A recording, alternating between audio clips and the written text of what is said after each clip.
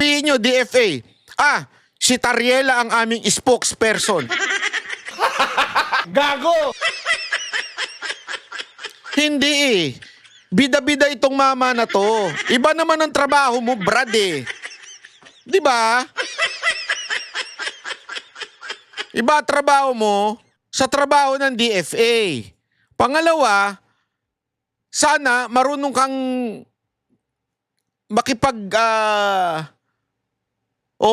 magturo sa mga estudyante. Para kang NPA eh. Sa dating mong yan eh. Kasi remember, may mga tinuturuan siya dito. Para bagang inaano mo yung mga tao eh. Hindi ba pwedeng, eto ang ginagawa ng China sa atin. Eto ang gigipit na ginagawa ng China sa atin. Eto ang ating karapatan.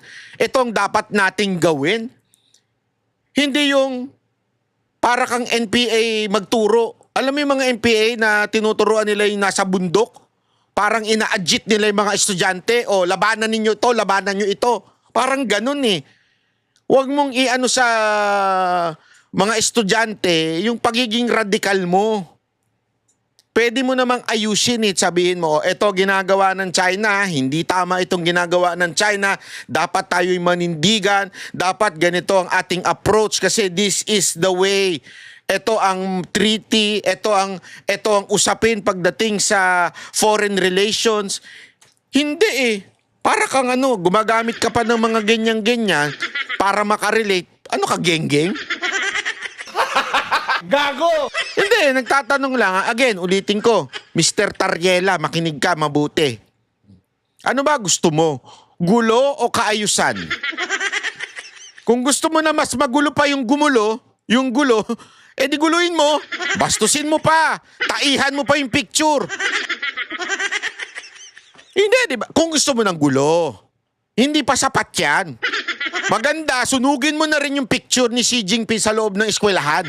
Kung gusto mo ng gulo.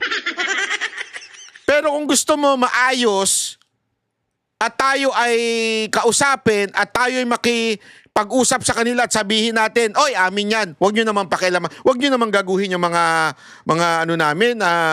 Coast Guard namin. Kung gusto mo ng kaayusan, hindi tama yung ginawa mo. Pero again, kung gusto mo ng bastusan, taihan mo yung picture. Di ba? Duraan mo. Ganun ang gawin mo, kulang yan. Para sa ganun ay maiwasan po natin ang lalo pang pagkakamali. Sa tingin ko po, Mr. President, dahil meron tayong pong presumption of regularity, lalo na sa pagitan ng lehislatura at saka ng executive. Sablay itong presumption of regularity nito ni Ontiveros. Sablay talaga. Hindi naman po yan, polisiya. Hindi po yan eh. Opo, nananalig ako na nagko-coordinate si Commodore Tariela, Nananalig ka, hindi yun ang kailangan natin. What we need is a fact. Nakikipag-coordinate ba talaga siya sa DFA? Yes or no? Fact. Hindi yung paniniwala mo, opinion mo. Wala kaming pakialam sa opinion mo. Ang gusto namin maintindihan, tama ba? May maganda bang usapin? Siya ba ay tinalaga? Siya ba ay pinayagan pagdating sa ganitong bagay? Tangin, alam mo, ganyan talaga pag mahina ang presidente. Pag mahina talaga. Nung panahon ni PRRD, isang sabi lang niya, isang sa Talk to the People niya, sabi niya, huwag niyo itong pakialaman, akin to. Ibig sabihin, ako ang architect ng foreign policy. Walang eepal, walang magsasalita, ako lang. Ganun eh. Yung presidente natin ngayon. Bakit Alam mo kung bakit? May sakit, kayo naman. Sinisipon. Hindi ko naman sinasabi gumihit-hit. Sinisipon yung mama. Kayo talaga, ko-coordinate ang buong National Task Force on the West Philippine Sea sa lahat ng mga departamento na bumubuo at gumagabay sa kanila, lalo na ang Department of Foreign Affairs. At bilang miyembro ng lehislatura, hindi po ako makikialam kung ano ba ang mga dynamics nila or kung maganda ba or hindi maganda ang kanilang working relationship on any one day or the other. Basta para sa akin po bilang isang mambabatas, meron akong presumption of regularity dun sa pagkilos ng buong National Task Force on the West Philippine Sea and in this particular case, lalo na kay Commodore Tariela. And i-shift po natin o lakihan po natin yung magnifying glass na meron po tayo ngayon. Ang problema po ay hindi kay Commodore Tariela. Ang problema talaga ay sa kondukta ng Chinese government sa kasalukuyang dynamics. Kung sumasakit ang loob nila dahil ayon sa kanila masyado naman silang kontrabida, I'm sorry, in this particular case, sila talaga ang pinaka-kontrabida. Bobo rin no? Sorry. Kondukta. Kandak kasi yung kandak. Sorry pero sinasabi nito ang hindi daw problema si Tariela. Siya ang problema. Siya ang problema. Wala nang iba. Tama naman yung ginagawa natin Tama naman yung pinaglalaban natin yung ating lugar. Tama yung ginagawa ng ating kasundaluhan o yung ating Navy na silent lang. Ang ating Coast Guard. Ang problema yung bibig nitong, ewan ko, bayot ba itong si Tariela? Ako nagtatanong lang hindi ko siya inusgan. Kasi yung style niya, medyo talagang out of line, ika nga. Siya ang problema. Walang problema doon sa pinaglalaban natin. Tama yun. Go! Paglaban natin. Ang problema yung approach. Yung approach, nagkakaproblema dahil kay Tariela. Bida-bida Ang dapat umaano niyan, DFA. Ang dapat umaano niyan hindi po si Tariela. Yan ang sinasabi dito. Kaya mali, isang kabobohan ang sabihin na hindi ang problema si Tariela, siya ang problema. Yung ginagawa niya. Hindi po nila pwedeng sabihin na mas marami namang ino-occupy ang Vietnam, may mga kasalanan din ng Malaysia. Opo, alam natin may iba't ibang claimant country sa buong South China Sea at yung iba ay kumbaga karibal din natin sa mga claims natin bilang Pilipinas. Pero hindi naman ina-attack ng Vietnamese Navy ang Navy at Coast Guard natin. Hindi naman dinedenay ng Malaysia ang mga mangingisdang Pilipino makapangisda sa sarili po nating karagatan. At I beg to disagree, Mr. President, with all due respect sa Ginoo mula sa Pampanga at Tarlac. Ang pinag-uusapan po natin at ang pinagmumulan nitong mga malalim na pagkabahala natin, hindi po ito maliit na problema. Napakalaking problema po nito. Isa sa pinaka-malaking problema natin sa ngayon. At ayaw nating magpanic, ayaw nating mag-misinterpret. Pero saan ba nagsisimula ang maaring ikatakot? Saan ba nagsisimula ang hindi lang maaring, kundi nagigi talagang pagmumulan ng hindi pagkakaintindi? Yun po, in largest part, dahil sa kondukta ng Chinese government laban sa atin, lalo na sa karagatan, at ngayon, gaya po ng nabanggit ko kanina, pati na po sa internet, na kumbaga, sila nga ay nagiging problematic sa atin, gusto man natin pareho na lutasin ito, pero bukod sa ginagawa nila sa atin sa ating laot, sa Navy, Coast Guard, mga mangingisda, sa ating buong sambayanan, gusto pa nila patahimikin kapag may mga pinuno ng gobyerno sa executive man o dito po sa legislature na magrereklamo. Ang tawag ko po dyan, Mr. President, sa ugali ng Chinese government, gaslighting. Sila na nga... Wow, pa-Gen-Z na naman siya. Gago! Hindi sa'yo bagay magpa-Gen-Z, kulubot ka na. Umayos ka. Gago! kahit gumagawa ng mali, mamasamain pa nila kapag pinuna ng ating panig, ng ating gobyerno, tayo pa ang may kasalanan at sila pa ngayon ang biktima. Classic gaslighting behavior po yun. Napaka-negative na psychology yan kung sa individual na tao po or kung sa interpersonal na mga relasyon. And dapat huwag gagawin yan. Huwag gagamitin yung ganyang cheap tactic nila. Alam mo, nagpipilit to magpakamasa, no? Totoo, nagpipilit siya magpakamasa, pero lumalabas yung hindi naman siya marunong magtagalog talaga na maayos. Lalo na po sa foreign relations, lalo na kung totoong gusto nilang lutasin natin ng maayos ang hindi maliit, kundi napakalaking problema nito, Mr. President. Mr. President, sa tanong ko po kanina kung kinukonsulta ni Ginoong Tariela, Ang haba kasi ng sagot eh. Yun lang naman ang tinatanong, kinukonsulta ba ni Tariela? Oo, hindi. Sumagot ka.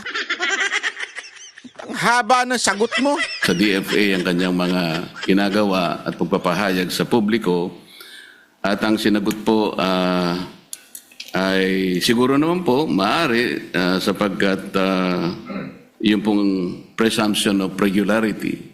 Alam po ninyo, nakausap ko ang Secretary of the Department of Foreign Affairs. Hindi po siya nakikipagkonsulta. Sa totoo lang, sa tansya ko po, nung nag-uusap kami, Laglag ka ngayon. Alam mo, eto si Marcoleta, ha? Eto si Marcoleta, abogado ito. Senator Marcoleta, abogado ho ito. Pag ito nagtanong, alam niya nasagot. Paulit-ulit niya sinasabi yan sa gana ng mamamayan. Kasi ko dun nanunood ako pag siya guest dun eh. Alam niya, pag siya nagtanong, alam niya nasagot. Kaya never kang magsisinungaling dyan. Katulad niyan, sinasabi ngayon ni Ontiveros na kesyo meron pa siyang sinasabi na para bagang sa pagkakaintindi niya, talagang nagko-coordinate si Tariela sa DFA. Pahiya ka ngayon. Kasi si Marcoleta mismo, nakausap niya yung DFA secretary at sinasabing hindi nakikipag-coordinate. Kaya, Ontiveros, pahiya ka kay Marcoleta. Gago! ayaw din po ng DFA yung ginagawa ni Ginoong Tariela. Ayaw din ng DFA yung ginagawa ni Tariela. Buti nga hindi siya nasabing kinahihiya, kinasusok. Pero dapat magbigay ng opinion, dapat magbigay ng statement tong DFA. Hindi tama kasi. Sabi ko nga sa inyo, tama yung pakikipaglaban natin sa China. Never ako nakialam sa issue ng China eh. China at saka Pilipinas. Kasi alam ko, tama naman yung ating pinaglalaban. Okay yan, go tayo dyan. Pero yung way of doing it, mali talaga yung ginagawa. Yung style ni Tariela, style geng-geng yan eh. Sabi ko nga sa inyo, doon sa kabila akong channel, sa Banat by 360, ang geng-geng hindi ibig sabihin yung mga iskwakwa lang ha, o mga jologs o mga kamote lang. Kahit nakabarong, kahit naka-uniforme, may ugaling geng-geng din. Parang ito si Tariela, ugaling geng-geng yan eh. Yung bang kailangan mong magkaroon ka ng karikature na ganyan. Alam mo ba na hindi tama yan pagdating sa pakikipag-relate sa ibang bansa? Tapos sasabihin na naman ito ni Ontiveros, bakit yung dyaryo na pagmamayari ng China? Tanga, hindi naman official yun eh. That's not an official statement of any officials ng China government. So hindi pwedeng i-compare. Magkaiba yun. Kung si Marcoleta, pinakailaman niya yung mga vlogger at sinabi niyang, hoy, huwag niyong ginaganyan ng China.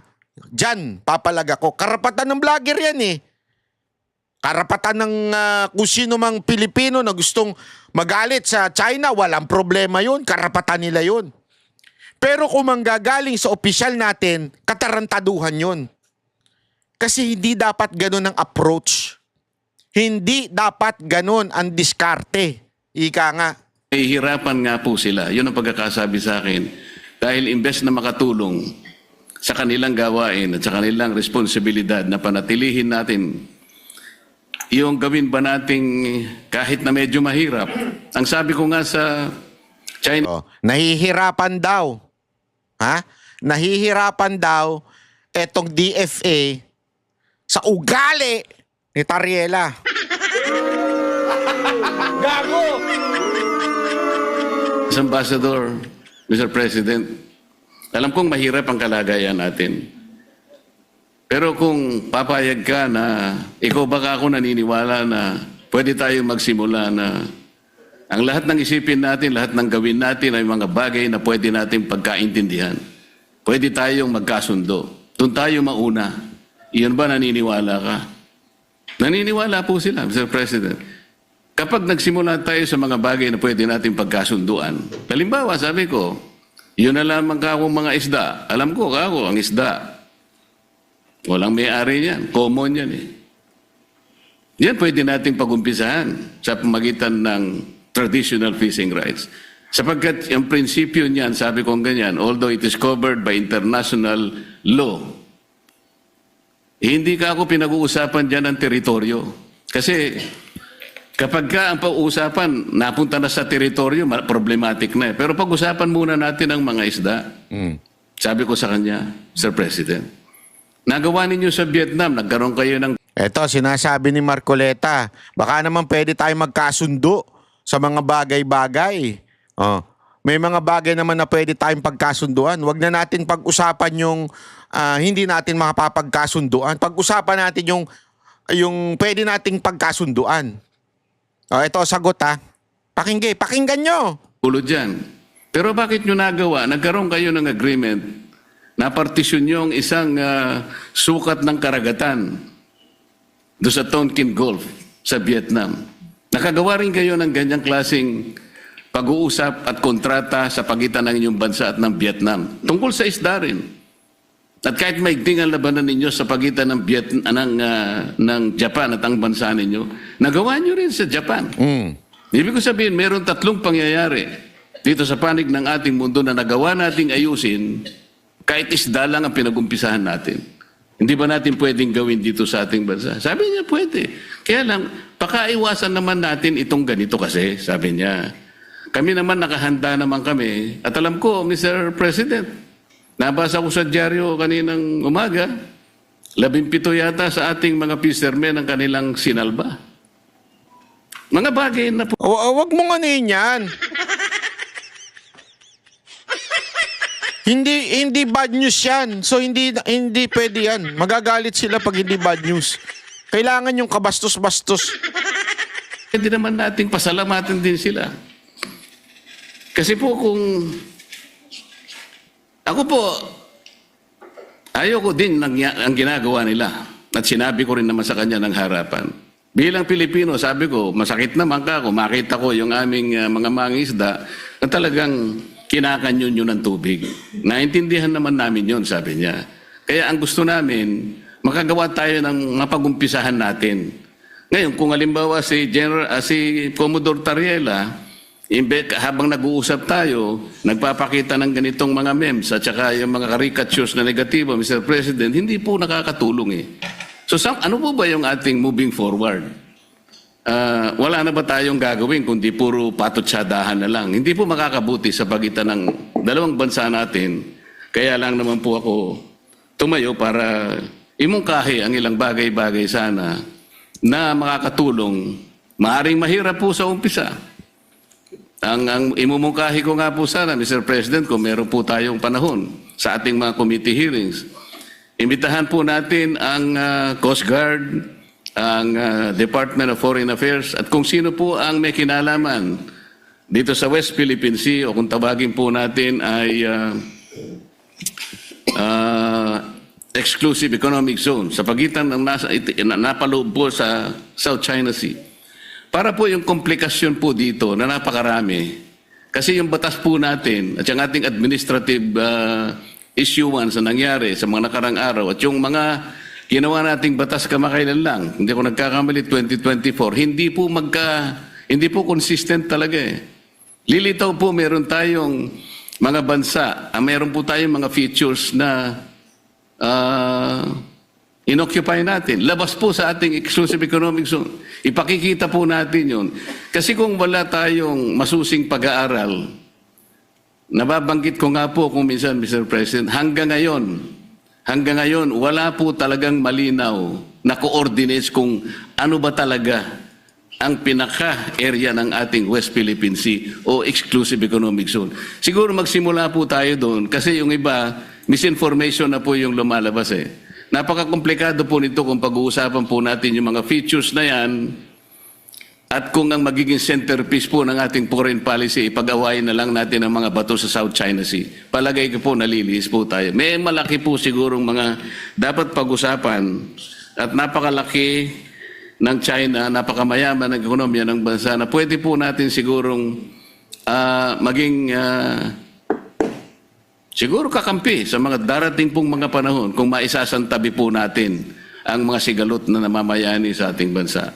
Maraming salamat po, Mr. President. Maraming salamat po sa ating Senator Risa sa pagkakataong binigay po sa inyong lingkod. Salamat po.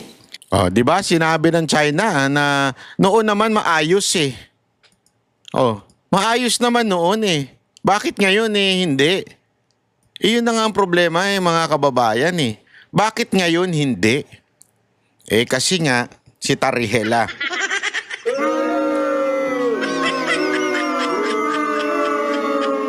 Again, we are not saying anything na mali ang ginagawa ng gobyerno. Hindi, tama ang ginagawa ng gobyerno. Dapat nating paglaban.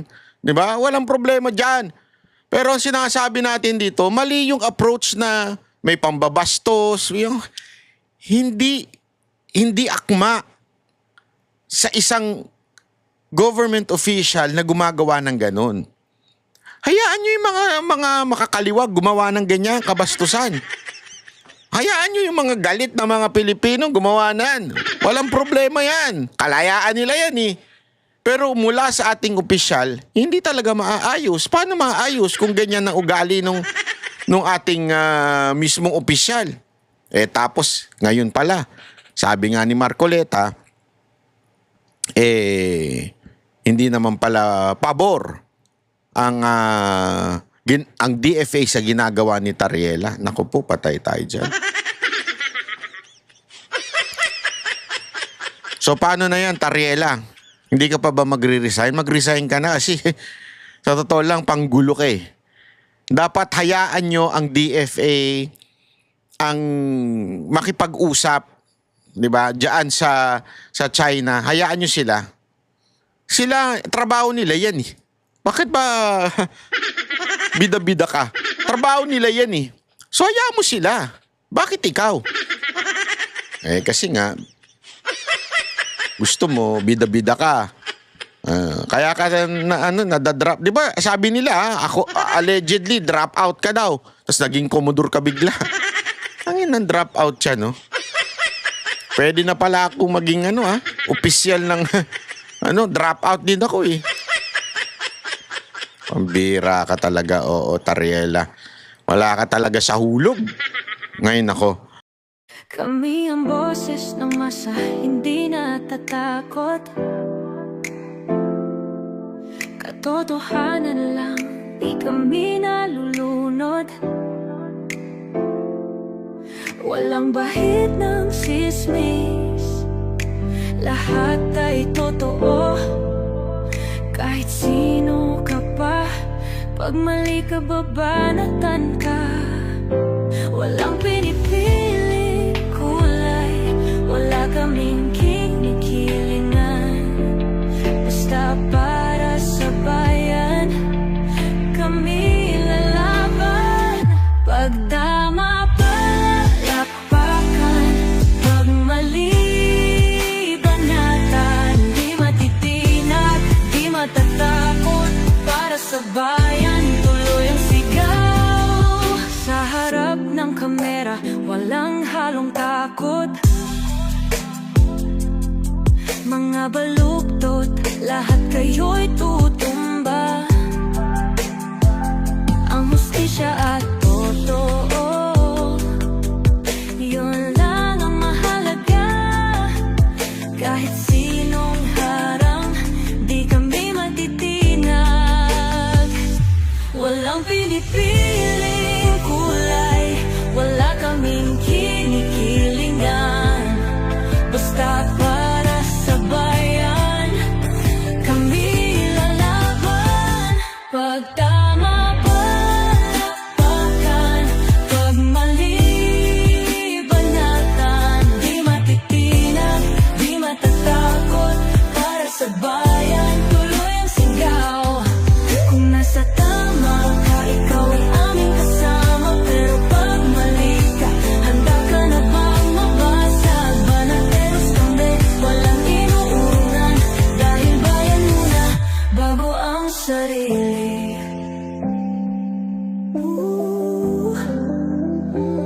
Bago ang sarili.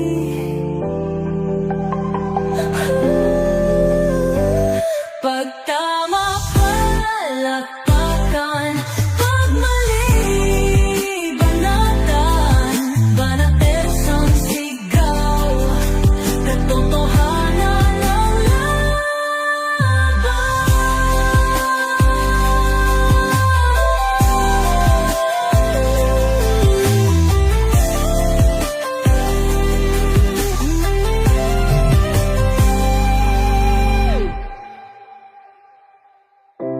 Sa